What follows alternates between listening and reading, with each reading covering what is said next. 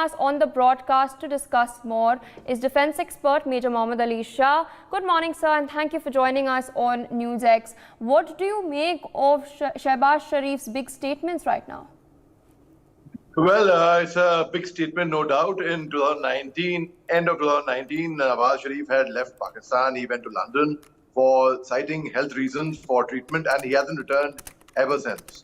Now, when his brother Shabaz Sharif came to power as the Prime Minister, everyone thought that, his brother is going to return back very soon.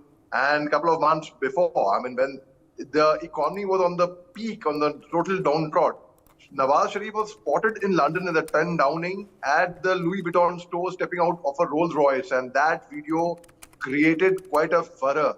In fact, when Pakistan is in the down and dumps in the economy.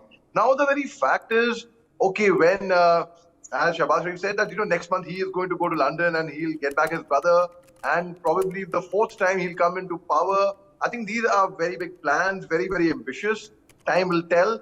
Now, the very fact is, if Imran Khan was to contest the elections, he's still a very, very popular leader.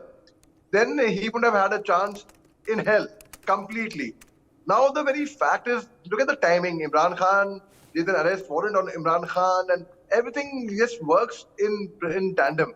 But again, I feel there would be a lot of supporters of Imran Khan also who would protest Nawaz Sharif coming back to Pakistan.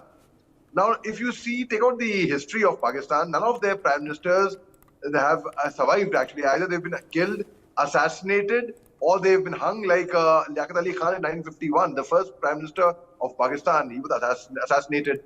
Zulfikar Ali Bhutto was brought in by General Ayub Khan, by the Pakistan military, and he was hung. He was sentenced to death through a High Court order by the Pakistan military itself. You look at Pervez Musharraf, General Pervez Musharraf. He had to leave Pakistan, and in fact, he died in exile. Well, it was in the Middle East, but he could not return back to Pakistan. So, a lot of their prime minister, either they've been jailed, killed, or thrown out. Imran Khan, he's going to be rotting, I don't know how many years in jail. So, the very fact is now Nawaz Sharif had left Pakistan.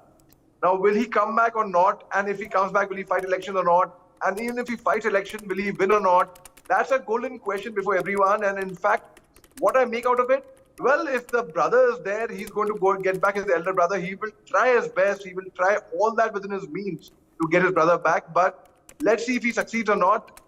Time will tell that, yeah. Indeed, sir.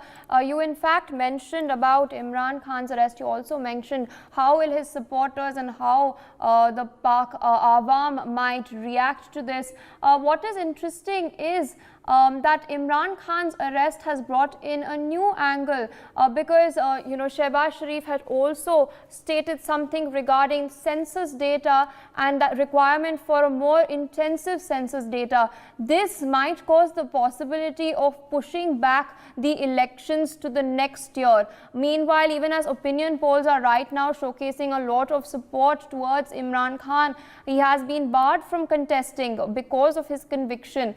So do you think this is a political gambit by Shabaz Sharif?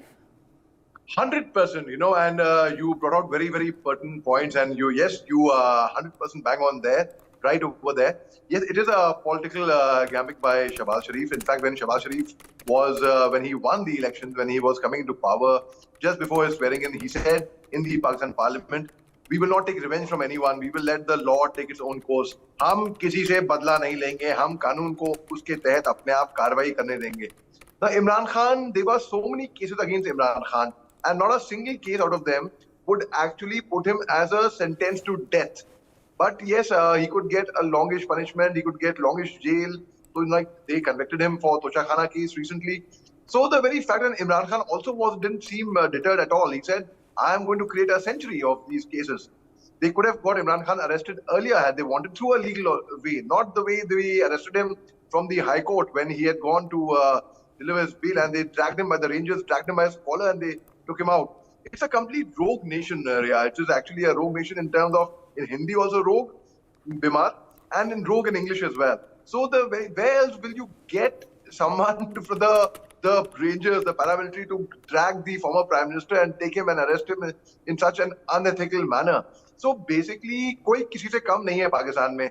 All of them are, none of them are angels. All of them are equally bad, actually.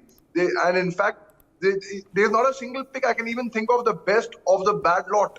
Because everyone is so bad over there. Now, it was certainly to get back his brother. It was, whole ploy was, he was working towards it for a very, very long time. And he found that this could be the right time to get his brother back. But let's see how successful he would be in that. Yeah.